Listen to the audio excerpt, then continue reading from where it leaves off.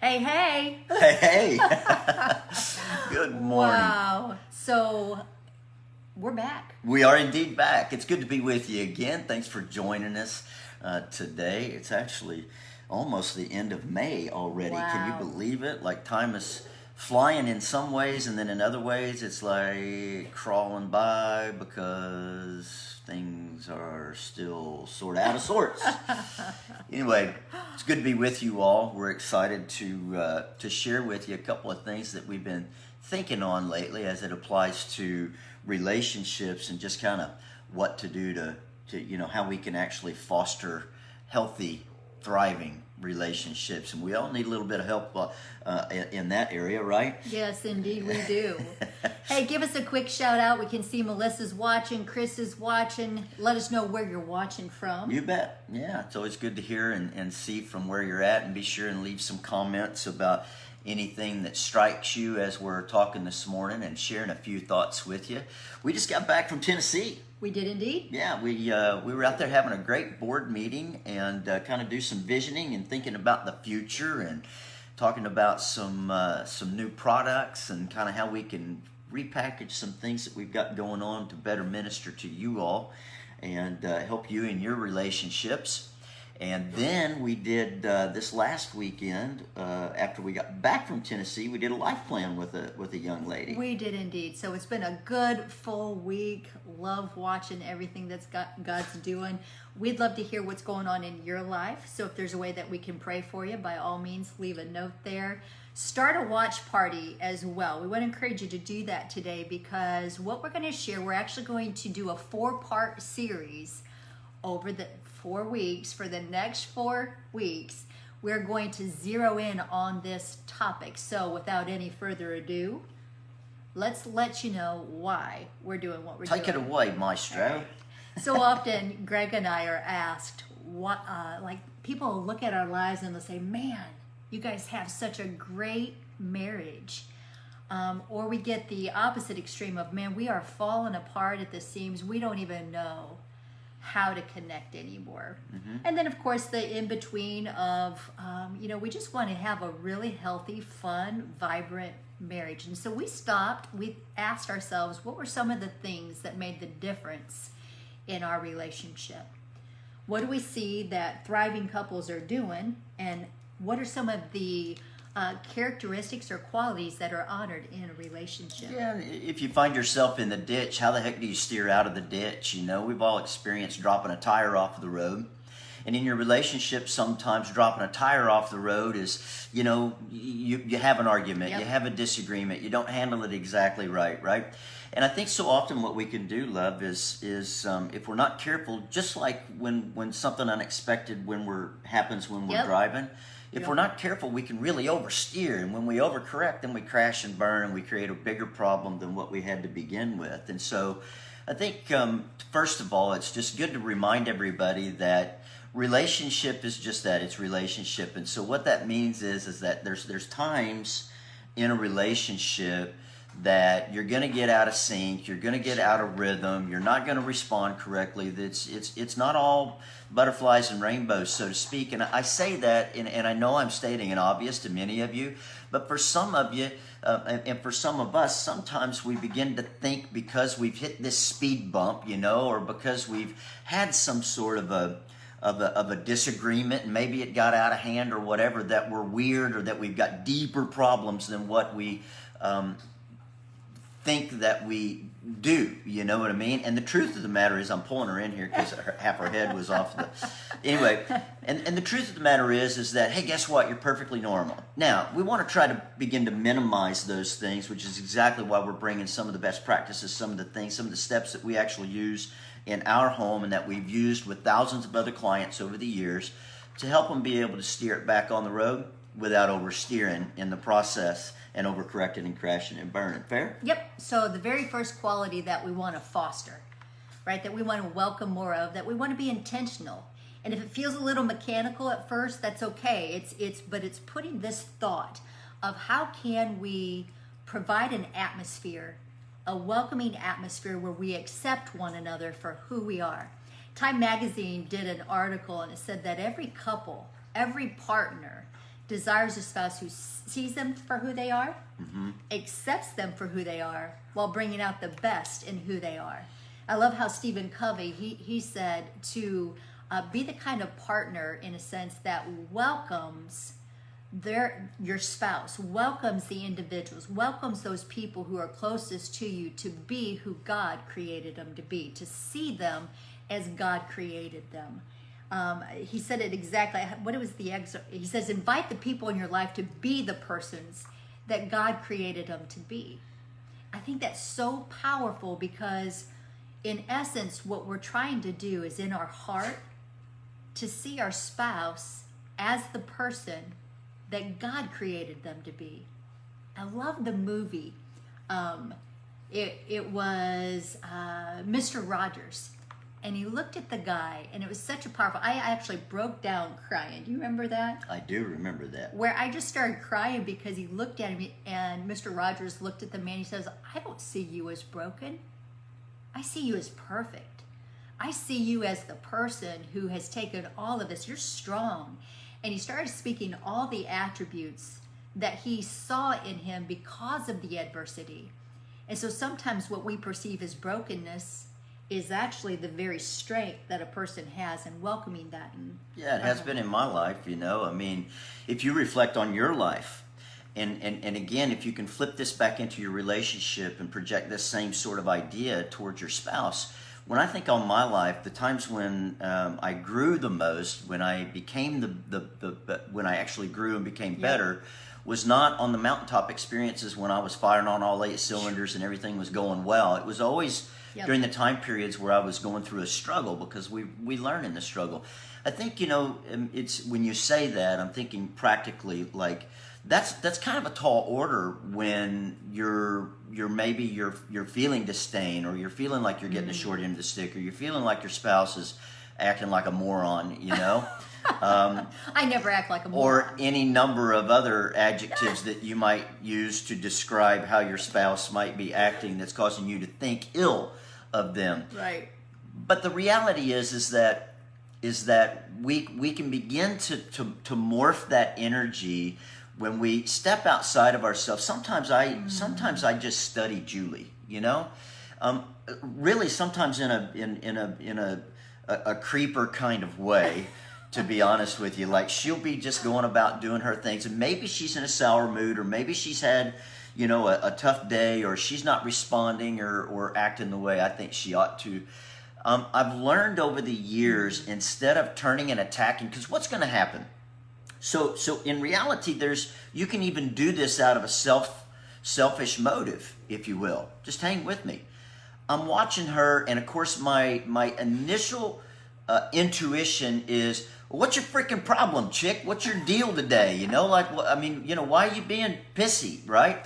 But if I can catch myself long enough to look at her and adore her for a minute, and see her as the human being, the flesh and blood person that she is, and think to myself, wonder what I can do to help her turn a corner and have a better day. Wonder what I can do. Right. What does she need from me right now in order to accept her as she is, which is really what we're talking about, is acceptance of the other person, unconditional acceptance, but yet pull out the good thing. You know, my job as her husband is to bring out the best in her, not to turn on her when she's having a down moment or an off day and kick her while she's down.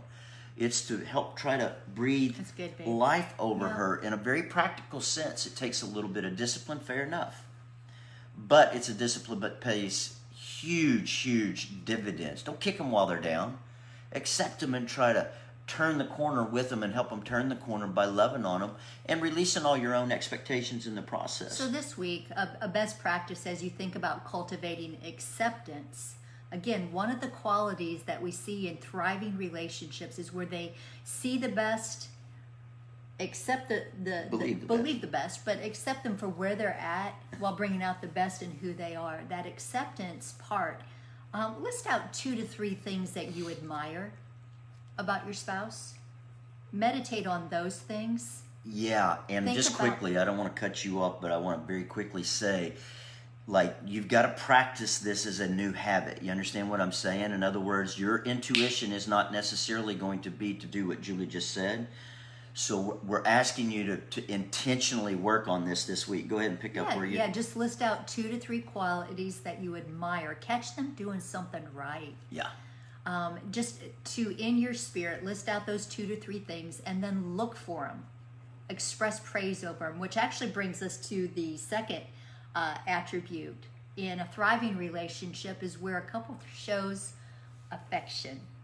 Right? It's the gentle touches. You can't help it. I love watching a couple who loves one another. It's unmistakable, the interactions that they have. Like watching an older couple hold hands and demonstrate affection towards one another. So affection, too, is different for different people. So as you think about your spouse, some people love touch. Mm-hmm. I do. He does. Some people love words of affirmation. And so how can you demonstrate affection for your spouse in a way that they are going to receive it? Yeah. So it might be through a touch. It might be through a word. It might be through a little handwritten note. It might be in a way of buying them a small little gift, but the intentionality of demonstrating affection. How can you demonstrate affection and cultivate that and welcome more of it in your relationship? Yeah. You know, I'm thinking as you're talking there, love, there's 2 different things that came to mind. First of all, we're all stopped when we see a couple that loves one another. Aren't you? Yeah. Think about, you know, when you're out and about, it doesn't matter whether you're in the grocery store or whether you're in a restaurant or where it is that you are, when you see a couple that love one another, you can tell that they love one another, right? Mm-hmm. Like you can see it, and it's always something that I think we all crave that, right? Sure. The other thing, and so we want to emulate that. Obviously, we want to try to demonstrate that. We want to live that out authentically within ourselves. I'm thinking about, you know, we had a time period in our marriage early on where this legit was a struggle. Right. The showing of affection, and it wasn't that we didn't love one another, but I can remember saying to you one time, like, I feel like I'm screaming love at you with everything that I have every single day, and it's impossible for it to break through. Like, you never feel it. Help me understand how to love you in a way that you feel loved. Do you remember that? Oh, yeah. Yeah. I think it's maybe difficult for you to see because you see the affection, you see the... It wasn't always this way. No, we had to work at it. We had to be intentional to be able to, and also too on the reciprocal end, it's also to recognize the natural way that your spouse may be showing you affection. Yeah. And interpret it. It's if I would speak Chinese and Greg spoke English, we would have some language barrier. But the more that we can understand, the more that we can affirm and give that affection and receive affection. From the other in that way. So the application really is intentionally showing affection, and one of the things that I used to do, particularly when in seasons when I know that I'm really turning and burning, I'm super busy, I'll pull my phone out now and put reminders in there on random days throughout the week to actually tell Julie that I love her. Now, understand, it's not that I miss an opportunity really, or that I don't tell Julie with my mouth, right? I love you every single day. It's in my nature to do so, and so I do. But one of the things that we found useful is that prompting, and whatever works for you, right? But that reminder in my calendar on random days reminds me to think about how she receives love, and maybe how she would need to receive love on that particular day, right? It's what's going on in Julie's world right now, and what can I do to contribute? So it almost kind of comes back to that first one that we talked about in acceptance. Yeah. It's meeting your spouse on their terms rather than our terms, and instead of just going maybe with your initial intuition, thinking a little bit about what will make her feel loved today. And I know that you do this for me because I can tell that you do this for me. So it's putting just a little bit more forethought rather than those flippant, cheap I love yous. How can you say I love you in a more creative way? How can you this week, today, think about where your spouse is and what's going on in their life, maybe what's going on in their mind, what kind of struggles are they having, or what kind of victories are they having. Yep. Any one of those points, and thinking, how can I best participate in administering love and displaying affection to my spouse in the way that they need it right now. So the very first quality is acceptance. The second quality that we want to foster to have a healthy relationship that's in thriving relationships that we want to be intentional to make sure that we're bringing in is that affirmation. And affection. And then the third is admiration. Again, coming back to... You made 3 A's. I did. Wow. Yeah. Acceptance, affection, and admiration. You can remember those, can't you? So with that, it's I threw her off. You can tell. This is what she does. Right. That was funny. You suck. I wish you wouldn't have said that. Anyway, go ahead. Pause and get yourself. But being around people, again, who admire one another.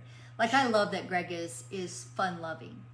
I admire that quality about him because I tend to be more serious. I tend to process by writing things out. I love that he loves to talk. And so I welcome that on most days. I was going to say, until it crashes, you know what I mean, and collides. No, but cultivating it, it's kind of like being around, again, those couples, that gleam in their eye when they're looking at one another. There's this like twinkling that takes place in between them because they respect one another. We're going to talk next week about honoring and some of the other attributes, but for right now, how can you admire your spouse? How can you let go of the scoreboard about how they aren't measuring up or how you're getting the short end of the stick and truly find the qualities that you appreciate, that you admire about your spouse? Yeah, I think it's a good thought, and it dovetails really well with everything else that we've talked about here this morning. Sometimes we just get used to working on autopilot. Sometimes in our relationship, one of the things that Julie and I talk about a lot, and the reason we talk about the things that we talk about a lot is because we notice them in our own relationship. When we first get together, we're all ooey and gooey, you know, and we want to try to impress one another. But sometimes after we've been together for a little while, we get comfortable. And as we get comfortable, we become just a little bit complacent. And it becomes really easy for us to just go with our initial thoughts about things and kind of follow a routine in our mind that isn't as intentional as sometimes relationships need to be. And so every now and then we need a little reminder of, hey, I want to remember to catch my spouse doing something right today, because again, the habit is to very naturally, it's easy for me to catch them doing something wrong. But what if you made it your plan this week, every day this week, to catch them doing something right and to speak that over them? Man, I love it when you did this, or I love it when you did that, or when you responded this way, you know, and then tell them specifically what it is that they did. And speak to them in admiration and respect. And one more quick thing, love, and then anything that you've got to add to this, I'd love for you to. One of the things that we talk about a lot is when you're speaking with people and you want to speak admiration over them, sometimes we might say something silly like, "I'm proud of you." You're thinking to yourself, "Self, why is that bad?" Well, I want you to think about what it is and who it is that you might communicate "I'm proud of you" to. I just want to offer you a slight twist on words that I think makes a difference in the energy of what we're communicating. When I say "I'm proud of you," it's usually something that I might say to an underling. Right. Fair? Yep. So a colleague that I'm mentoring, or maybe my kids, "I'm proud of you," and it's received and it feels pretty good. Sometimes when Julie says to me, "I'm proud of you," or if I say to her, "I'm proud of you," it might sound just a little bit condescending in a way. A better word might be, and you can play with this, is "I admire you." One of the things I admire about you. There is a different level. Admiration doesn't speak down. Admiration speaks up. Like, "I love this attribute about you. I love the way you handled this. I love the way you did this. And I want to be more like that." That's what admiration communicates. Does that make sense? Kind of the difference between the two? It's such a great word change that changes the whole feel, changes the energy of the communication that you're given to your spouse. And I think that's, if we could give any advice for a couple, it's to slow down and don't take one another for granted, right? Look at your spouse, accept them for who they are, see the best in them, see who God created them to be. And if you're struggling with that, one of the things that we encourage couples to do on a daily basis is, God, who do you say I am? God, who do you say my spouse is? And what do you have to say about our circumstances? It immediately takes from that place of I'm superior and my spouse needs to fix or do or change to, okay, God, what's your perspective? Let me see them how you see them. So who do you say I am? Who do you say my spouse is? And what do you have to say about our circumstances? It opens us up for humility. And in that place of humility, Scripture says God opposes the proud, but gives grace to the humble, right? He lifts us up. Lifts them up, yeah. And so as we think about that part of acceptance, God, not acceptance mediocrity. Greg and I never want to accept mediocrity in our life, but we accept one another for the natural design. If I ever try to change his part of being talkative, then we're going to have some trouble, right? Or if he tries to make me something that I'm not. We're having fun here a little bit. I'm just trying not to just respond to that. But it's accepting that, wow, this is an admirable, and that brings us to the admiration. So acceptance, the affection is next. How can you demonstrate your genuine love in a way that your spouse is going to receive? And then the admiration of it, of truly admiring the God-given gifts, giving that respect. How can I honor Greg's dreams? How can he honor my dreams? When we begin to live life, instead of how am I not getting what I want, to how can I make sure my spouse's dreams come true, you are the starting point for the healing, the emotion, the energy of your house. You set the tone, not your spouse. So you can change that atmosphere from the condition of your heart. I think that's just empowering to say, if you're in a place where it's struggle, you can begin the change. And the way you begin the change is by acceptance, affection, and admiration. Hey, make sure and put a hello down there and tell us where you're watching from. I see a lot of y'all popping in and out there. Thank you for that. If you've stuck with us this whole time, I just want to say thank you. We appreciate you. We hope that we're ministering to you. The final thought that I would have on that, love, just thought of while you were speaking there, is there's a song out right now that I actually love, and Maren Morris sings it, and it's called Hell and Back. And it's awesome. It's very authentic. I love it. One of the lines in the song, though, says something that I think all of us could use a dose of, and because it's the kind of love that we want to receive. And I want to remind you, the kind of love that you want to receive is the kind of love that you want to give, right? And all these different things that we're presenting to you and offering you as thoughts, we understand that they're not necessarily our intuition, and so you might sometimes think, I don't know if that'll work. I dare you to try it. I really do. The line that's in the song that I love so much says, "You didn't save me. You didn't think I needed saving. You didn't change me because you didn't think I needed changing." Isn't that how you want to be loved? You're going to hear that one from me again, because I've pondered it a lot. Like how often I try to change her, or I think she needs me to save her. None of us want that. None of us want to be responded to that way. We all want the exact opposite. We want someone who accepts us, loves us, and is willing to work on our terms to give affection in a way that we can receive it as well. Yep. We love y'all. We appreciate you for tuning in. What final thoughts do you have, baby? So next week we're going to unpack 3 more parts of having a thriving relationship. Rock on. And so tell all your friends. Yeah, and be sure to be sharing it forward, but just to build that healthy relationship. So be sure, if you haven't done so already, to like us on Facebook, like the page Married for a Purpose.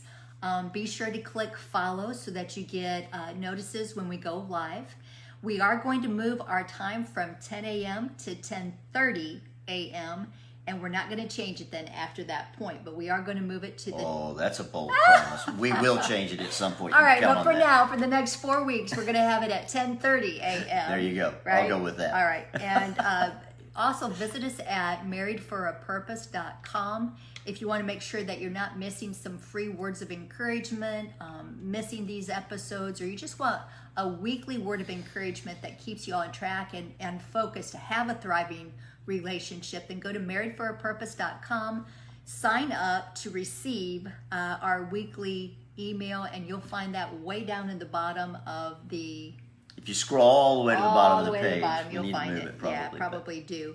Other than that, one other quick way that you can receive weekly words of encouragement and 6 date nights along with 120 conversation starters is to text the word married, MARRIED, to this number 33777. There's a mouthful. I'm glad you said it. 'Cause I We'll screwed add it. it in the comments so that you have it there. But text the word married to 33777. That'll sign you up for that weekly word of encouragement and also give you a free gift of 120 conversation starters and 6 date night ideas. Woo-hoo. With that, we'll see you next week. And we're out.